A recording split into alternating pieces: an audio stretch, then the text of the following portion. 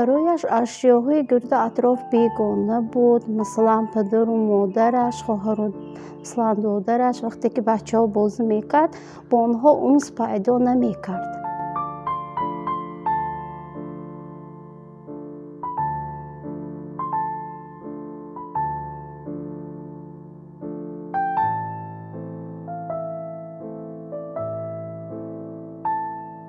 عبدالرحمن تا بخچه تمام کردنشه انشاءالله تا وقتی مکتب رفتنشه به دانشگاه دولتی خوجند به نام اکادمی باباجان غفور به فاکولته پداگوژی داخل می شود. چنین هم شد. داخل شدم.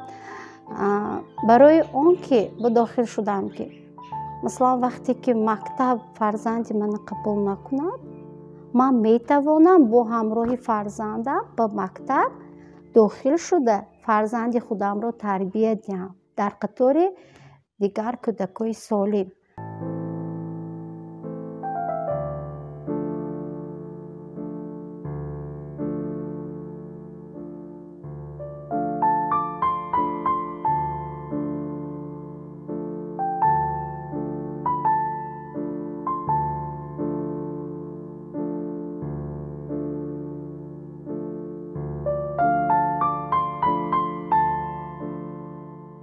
وقتی که می آمد قبض نمیتونست، سخن کرده نمیتونست.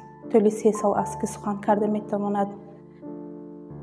همراه من گپ میزد، می آمد سلام نمیداد، حاضر سلام دادگی شد.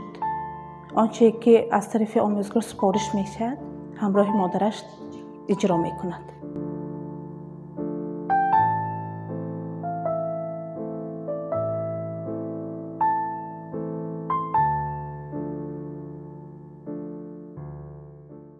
او بسیارتر درسی رسم را دوست می دارد. گپی آموزگار گوش می کند.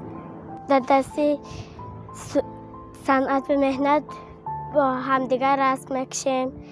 گل را بیند اگر از بیرون گل می کند به آموزگار آورده گلش را می دهد.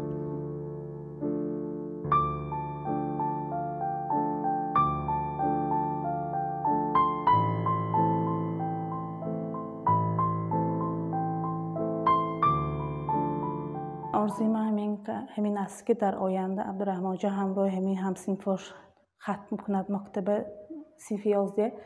میخواهم عبدالرحمن جان در آینده صاحب معلومات شود، مثل دیگر کودکان سالم شود، در کارهای جمعیتی اشتراک نماید فعالانه، مکتب را با بهای خوب و اعلی تمام کند همراه دوستانش، صنفانش. بسیار آرزو دارم. میخواهم در آینده مثل با عبدالرحمن کلیم کنم منم.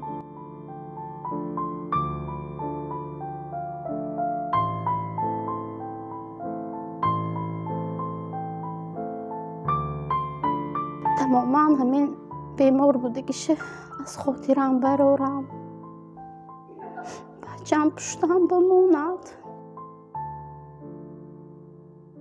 وقت فکر میکنم که بعد از سرم چون یک تو شد.